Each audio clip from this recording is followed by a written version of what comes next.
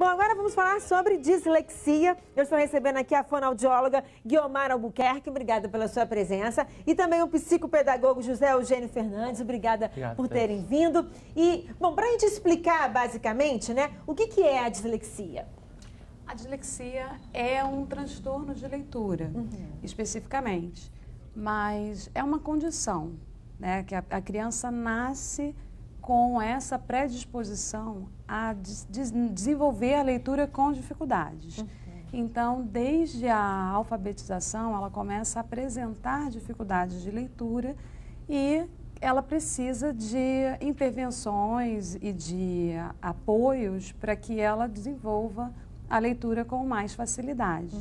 Agora, o que a gente estava falando antes do programa, né, José Eugênio, que é essa demora no diagnóstico. E como ela já vai apresentar isso na alfabetização, pode acontecer assim, de que cada criança tem o seu tempo, né, sendo comparada com as outras crianças, mas o que vai dar esse diferencial desse problema? Na verdade, Thaís, existe uma grande ansiedade nesse processo, né, da alfabetização, dos pais por quererem que o filho aprenda a ler, dos professores para que o mais rápido possível ele consiga cumprir, né, com um aluno dele alfabetizado. Mas se esquecem que os alunos são diferentes e o tempo de cada aluno é diferente. E o que vai diferenciar, que vai mostrar que essa criança tem esse transtorno? Com certeza vai ser uma lentidão para certas competências dentro da sala de aula. Alguns alunos, por exemplo, vão chegar em determinados períodos do ano em que a leitura já está fluente, a escrita já está fluente, só que para alguns alunos, de repente, vão começar a apresentar o quê? Uma leitura não fluente. Ele não consegue identificar os fonemas ou ele tem algum problema com algumas letras? Troca de fonemas. Vamos fazer uma brincadeira. Por exemplo, assim, vamos pegar aqui a letra F. Vamos fazer o som da letra F. Né? E o som da letra V. Que é bem assim. Então, o fonema, são totalmente... A língua fica em posição diferente, os lábios estão em posição diferente. Mas uma criança que tem esse distúrbio, né,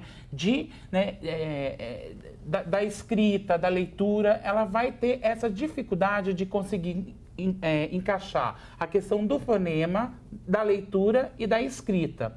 Então, vai haver troca de letras, vai haver, por exemplo, palavras espelhadas, escritas ao contrário. Por exemplo, quando ela for escrever, ela escreve completamente ao contrário a palavra. Geralmente, Guiomar, que letra... Posso falar da questão do fonema? Pode, sim.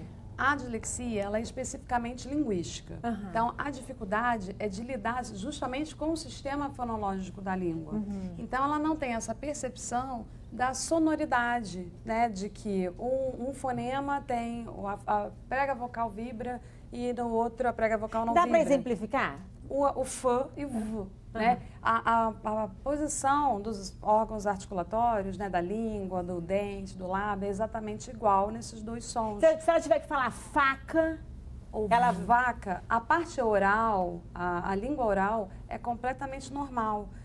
A dificuldade é nessa percepção, na passagem desse símbolo, dessa simbolização para a linguagem escrita. A criança disléxica, ele tem problema no processamento dos sons, processamento fonológico apenas na linguagem escrita, na linguagem oral não, e também no acesso lexical, que é como se a gente guardasse, a gente guarda a imagem ortográfica das palavras que a gente lê. Então, quando a gente vê uma palavra, a gente acessa automaticamente a forma daquela palavra. Por exemplo, quando a gente tem dúvida de uma palavra, se escreve com S ou com dois S ou com C cedilha.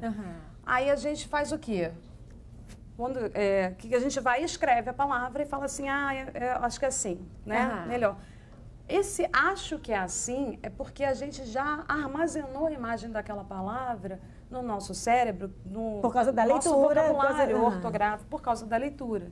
Então, a gente simplesmente faz o reconhecimento dessa imagem ortográfica. E o disléxico não ativa essa região cerebral responsável por armazenar as imagens ortográficas das palavras. E aí, como fazer para poder... É uma equipe multidisciplinar que vai fazer esse trabalho com essa criança. É possível essa criança ter um acompanhamento e seguir em frente? Então, o primeiro passo, eu acredito assim, que começa dentro da sala de aula. O professor, ele precisa estar acreditando nesse aluno e saber que ele tem esse tempo dele, né? E contribuir com esse processo. Então, de repente, um ditado que é feito, uma cópia que é feita, uma atividade que é realizada para alguns em tempo menor, para esse aluno, ele tem que identificar que ele vai necessitar de um tempo maior. Eu conheci, por exemplo, uma pessoa que lê um livro em 15 dias. Eu conheci pessoas que, para conseguirem ler um livro e ter um bom entendimento, precisam de 45 dias. Então, esse tempo tem que ser dado dentro da sala de aula. E o professor tem que ter o quê? Essa paciência nesse processo dessa aprendizagem, nesse momento em que ele vai articular com o seu aluno de fazer um ditado com essa dicção mais perfeita, né, das palavras, né? A gente até usa a metodologia da boquinha, né, da fonética, né, porque cada posição da boca, etc., vai fazendo com que o aluno vá aprendendo e adquirindo essas competências. Essa memória. Vai dando pistas. E do outro lado, a fonoaudiologia, como é que ela ajuda? A gente trabalha resgatando as lacunas que ficaram da alfabetização. Então, trabalha o acesso lexical, que é o que promove, né, que faz com que a criança guarde a imagem ortográfica da palavra. A consciência repetição, fonológica. Leitura, o hábito de leitura. A gente tem que desenvolver hábito de leitura, porque ele só vai aprender a ler lendo. Não tem outra saída. E a gente só aprende a escrever também lendo, né? Não tem outra maneira também. Então, a gente vai treinar hábito de leitura.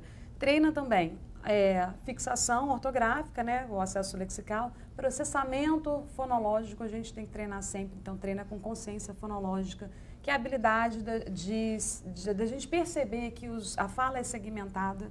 Então, rimas, palavras que combinam no final, palavras que combinam no início. Então, brincar com isso, né, que a criança brinca, a pré-escola é muito para isso. É verdade. Né? Então, a criança tem muita musiquinha rimada, que é para ela começar a perceber e desenvolver esse sistema. É só para a gente ter uma ideia, por exemplo, o ator, né, Tom Cruise, ele não consegue ler os textos dele, alguém lê para ele poder memorizar e atuar. Quer dizer ali ele encontrou uma forma, né, para poder não ficar sem trabalho. Deixa eu só para a gente encerrar. Só esse exemplo que você deu aí, né, sobre é importante a gente dizer que pessoas como Bill Gates, como esse ator, são pessoas bem-sucedidas na sociedade, né? E que encontraram meios, né, formas, ferramentas de lidar com essa situação na sua idade adulta. É verdade. Né? E se deram bem, né? Isso são bons exemplos. E esses pais hoje podem oferecer, né, esse tratamento, esse acompanhamento para o seu filho poder deslanchar. Só para a gente encerrar, a Tati Antunes pergunta se a criança pode ser totalmente rápida na leitura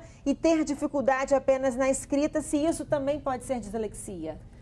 Em princípio, não, porque a dislexia é um transtorno específico da leitura. Né?